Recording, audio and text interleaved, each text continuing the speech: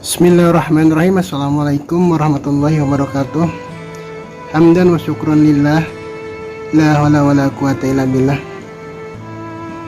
Sahabat sejati yang Allah muliakan, saat ini menjelang tengah malam, dan tentu sebagian kita sedang beristirahat menikmati dekapan malam yang indah. Semoga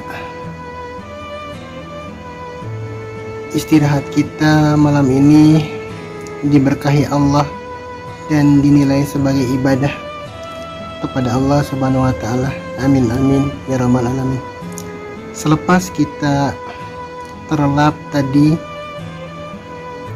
beberapa saat lagi ada sebuah momen, sebuah waktu, sebuah saat yang sangat istimewa,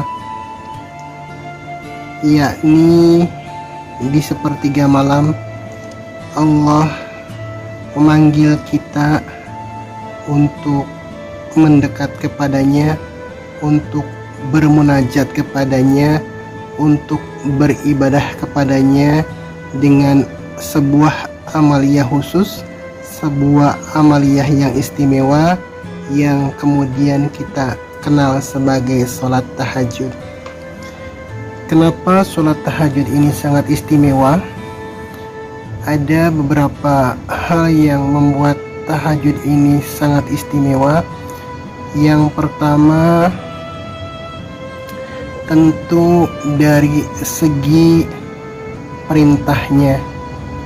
Secara umum, amaliyah sunnah biasanya kita dapatkan dari peri kehidupan baginda Rasulullah SAW, seperti saum Senin Kamis kita meniru perilaku baginda Rasulullah SAW. Kemudian amaliyah sunnah lainnya, kebanyakan dari amal-amal tersebut kita ambil dari hadis yang sahih, yakni berupa amalan keseharian yang dilakukan oleh Rasulullah SAW. Sementara tahajud meskipun sunnah, tapi justru redaksinya langsung dari Allah Subhanahu wa ta'ala. Dan pada sebagian malam, tahajudlah kamu sebagai ibadah tambahan bagimu, dan mudah-mudahan Allah menempatkanmu di tempat yang terpuji, maqamam mahmudah. Ini menjadi menarik karena dari sisi ini saja, dari sisi redaksi ini saja, tahajud sudah sedemikian memiliki perbedaan, memiliki keistimewaan dibanding amaliyah sunnah lainnya. Ketika perintahnya saja sudah istimewa, tentu di dalamnya pun banyak hal yang istimewa, banyak hal yang spesial, banyak hal yang merupakan keutamaan yang tidak Allah berikan pada amaliyah sunnah lainnya. Setiap amaliyah sunnah tentu bagus dan memiliki fadilah maslahat masing-masing, tapi khusus untuk tahajud ini Allah menempatkannya secara khusus dengan memerintahkan kita secara langsung dalam Al-Quran. Itu yang pertama. Yang kedua, tahajud menjadi istimewa karena tidak semua orang bisa melakukannya. Hanya orang-orang pilihan, hanya orang-orang khusus, hanya orang-orang pilihan Allah saja yang kemudian dimudahkan oleh Allah untuk menunaikan sholat tahajud ini, tanpa mengurangi atau mengecilkan amaliyah lain. Tapi tahajud ini memiliki spesial sendiri, kekhasan sendiri, karena amaliyah tahajud ini tidak dikerjakan oleh orang-orang pilihan Allah. Banyak orang yang masih terjaga di di tengah malam, sepertiga malam. Banyak orang yang terbangun di sepertiga malam, tapi kadang berat untuk melaksanakan salat tahajud. Pernah suatu ketika di masjid, ketika kami sedang beriktikaf, ada seseorang yang sengaja tidurnya melintang di depan pintu masjid dengan harapan orang itu terbangun untuk tahajud.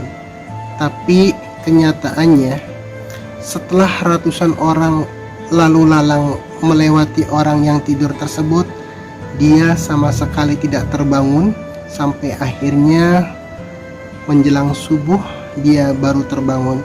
Salah satu keistimewaannya seperti itu, bahwa ketika Allah menghendaki kemudahan bagi kita untuk melaksanakan tahajud, itu adalah sebuah kekhususan dan karunia Allah yang tidak terhingga kepada kita.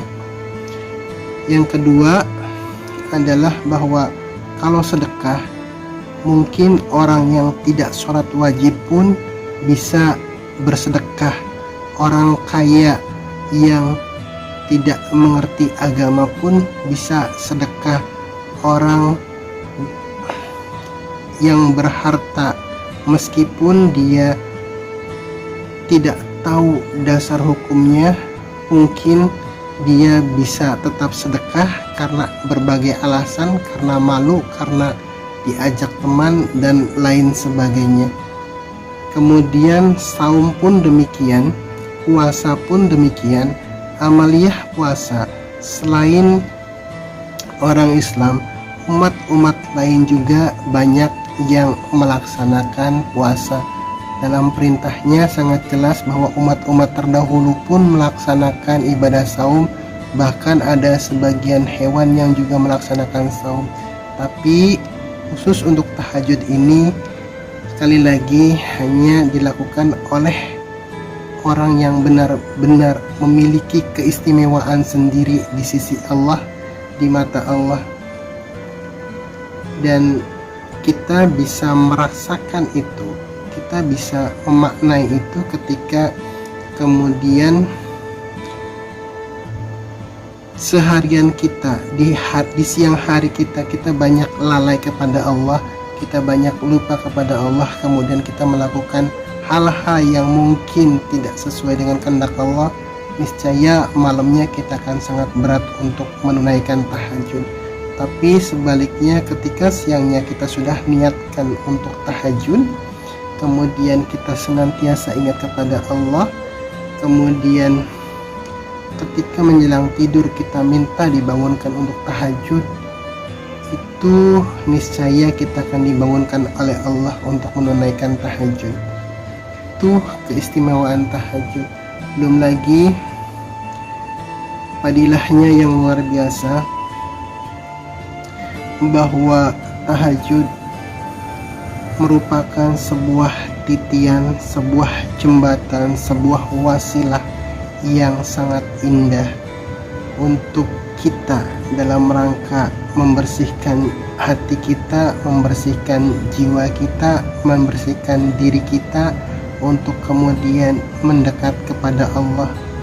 Suasana sepertiga malam yang hening, yang sahdu, yang dimana orang-orang sedang terlelap dalam buayan dan impiannya, sementara kita yang dibangunkan oleh Allah untuk tahajud, diberi kesempatan oleh Allah untuk tahajud, untuk silatun, untuk berdialog dalam tanda kutip dengan Allah, untuk bermanja-manja, untuk merasakan kasih sayang dan nikmat Allah, maka itu sebuah keindahan dan karunia yang luar biasa. Semoga Allah memudahkan kita untuk bisa menunaikan salat tahajud ini sebagai sarana kita dan bakti kita kepada Allah Subhanahu wa Ta'ala. Selamat melanjutkan istirahat malamnya, dan semoga nanti sekitar 2 atau 3 jam kemudian kita dibangunkan oleh Allah, kita sambut panggilan Allah untuk menunaikan salat tahajud, dan insya Allah esok pagi kita akan menemukan dan diberikan hari yang lebih indah oleh Allah SWT. Selamat beristirahat dan selamat bermimpi indah. Kemudian bangunlah untuk menjemput impian indah itu dengan salat tahajud. Billahi taufiq wal hidayah. Wassalamualaikum warahmatullahi wabarakatuh.